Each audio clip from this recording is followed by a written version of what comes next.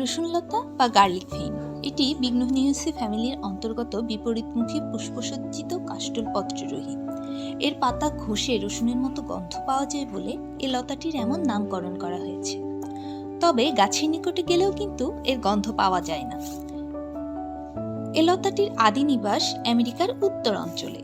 বহুবর্ষজীবী এই কাস্টল লতাটির টার্মিনাল লিফলেটের শীর্ষে একটি টেন্ড্রিলের সাহায্যে সহজেই বেড়া, সুসজ্জিত বাগানের গেট, বাসাবাড়ির প্রবেশপথ কিংবা কোনো বড় গাছের শাখার উপর পুষ্প ধারণ করে।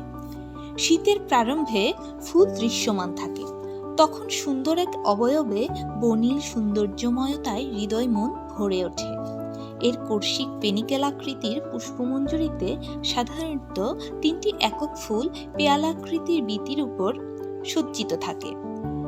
চমৎকার একটি ফুলের পাশে দাঁড়িয়ে আছি, দেখতে পাচ্ছেন একটা গোলাপি কালার যে ভাইন লতানো, সেটাকে আমরা ক্লাইম্বার বলবো না, এটা ভাইন, কারণ এর কাণ্ডটা একটু কাষ্ঠল, শক্ত হলে সেটাকে আমরা ভাইন বলি। সেটা হচ্ছে এই রসুন্দি বলা হয় বা রসুন লতা, এরকে ইংলিশে বলা হয় গার্লিক ভাইন। এবং চমৎকার, কিন্তু এর পাতার সেন্ট পুরাটাই রসুনের মতো, দেখতে পাচ্ছেন। এটা একটু সেন্ট নেন। জি, একদম রসুন, রসুন। এই জন্য ইংলিশের নাম গার্লিক ভাইন। এর বর্গের নাম মেন্স হয় এলিয়াসিয়া। এলিয়াসিয়া মানে এলিয়াম সিপা হলো পেঁয়াজ, এলিয়াম সাটাবাম রসুন, এই জন্য ওখান থেকে কিন্তু এলিয়াসিয়াটা আসছে। যে এলিয়াম থেকে এলিয়াসিয়া মানে রসুনের মতো যে গন্ধ আছে। তো এটি বিগ্নোনিয়াসি ফ্যামিলি অন্তর্ভুক্ত। তোমার এই সময় চমৎকার ফুল ফুটে, দেখতে পাচ্ছেন জাহাঙ্গীরনগর বিশ্ববিদ্যালয় বোটানিক্যাল গার্ডেনে এত সুন্দরভাবে ফুটে আছে যে এত সুন্দর বিন্যাস আর কোনো সময় পাওয়া যায় না। তো শুধু আমার সামনে আছেন আমাদের এক বড় ভাই, ঢাকা বিশ্ববিদ্যালয়ের কর্মকর্তা ওমর ফারুক ভাই আমার এখানে আসছেন ভর্তি সংক্রান্ত কাজে। কিন্তু দেখতে পাচ্ছেন উনি কিন্তু গাছ পাগল, এবং গাছ পাগল হিসাবে কিন্তু আমাকে আসছেন যে একটা অন্তপক্ষে আজকে এই গাছটা দেখাতে পারলাম। তো ফারুক ভাই, জি একটু আলহামদুলিল্লাহ, আপনাকে অশেষ ধন্যবাদ। এই কারণে আমি দীর্ঘদিন ধরে আপনার সাথে ফেসবুকে অ্যাড আছি, ফেসবুক ফ্রেন্ড হিসেবে। এবং শুধু তাই না, আপনার সকল ভিডিও আমার খুব ভালো লাগে, এবং যারা বাংলাদেশের প্রাণ প্রকৃতি গাছপালা নিয়ে কাজ করেন তাদের মধ্যে আপনি অন্যতম। রহিম ভাই আমাদের সকলের প্রিয়, এবং অক্লান্ত পরিশ্রম আপনারা করে যাচ্ছেন। এবং ব্যস্ততার জন্য আসলে জাহাঙ্গীরনগরে আসার ইচ্ছা থাকলেও আসা হয় না। বেগুনি বা লেভেন্ডার রঙের ফুলে দুটি দীর্ঘ দাড়ি সহ 4টি পুংকেশর দলমণ্ডলের ভিতরে লুকায়িত থাকে। আর শ্বেতবর্ণের পুষ্পমঞ্জুরির মাথা দেখলেই যেন মনে হয় রমণীর ঠোঁটে মাখা লিপস্টিক। ফুল ফোটা শেষ হলে শীতের মাঝামাঝিতে লম্বা ও সরু এবং চ্যাপ্টাকৃতির সিমের মতো ফল দেখতে পাওয়া যায়।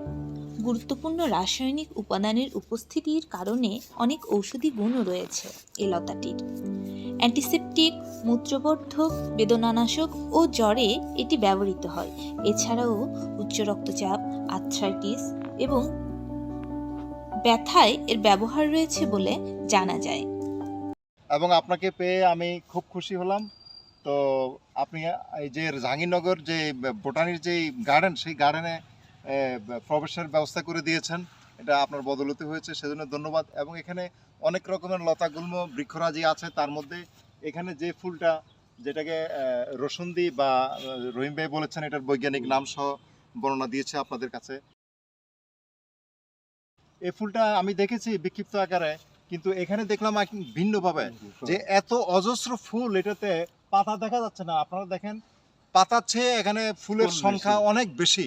এবং নিচে দেখেন, নিচে একটু দেখেন, এখানে এখানে মানে পা দিতে ইচ্ছা করতেছে না। এখানে মানে যেটাকে ফুল সজ্জা বলে, এই ফুল সজ্জার মতো এখানে ছড়িয়ে ছিটিয়ে আছে। আসলে কি বলবো, যে প্রকৃতিতে এত কিছু আছে ভালো লাগার মতো, এবং এগুলো নিয়ে যারা কাজ করছে, দিন রাত অক্লান্ত পরিশ্রম করছে আমাদের জন্যেই, প্রাণ প্রকৃতির জন্যেই।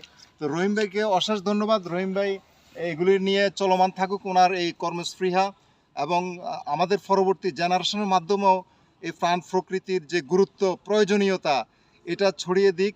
এবং সবাই আপনারা প্রাণ প্রকৃতিকে ভালোবাসুন এবং বৃক্ষের সাথে সম্পর্ক রাখুন। বৃক্ষের সাথে সম্পর্ক রাখলে আপনি ভালো থাকবেন, আপনার মন ভালো থাকবে, আপনার ঘর সংসার, আপনার ফ্যামিলির মেম্বার সবার সাথে আপনার একটা সুসম্পর্ক থাকবে। কেন সারাদিন আপনি কুল থাকবেন এই পরিবেশ নিয়ে যারা কাজ করবে।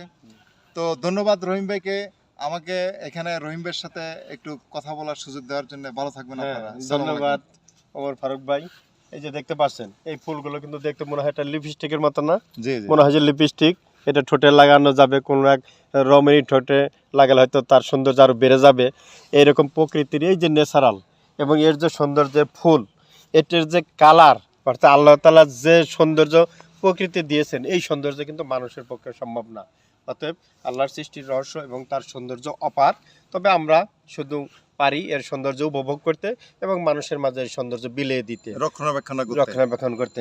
যেহেতু আমার ফারুক ভাই ঢাকা বিশ্ববিদ্যালয় থেকে এসেছেন, অসংখ্য ধন্যবাদ জানাই তার ফুলের প্রতি, এইরকম গাছের প্রতি এত তার যে মহব্বত।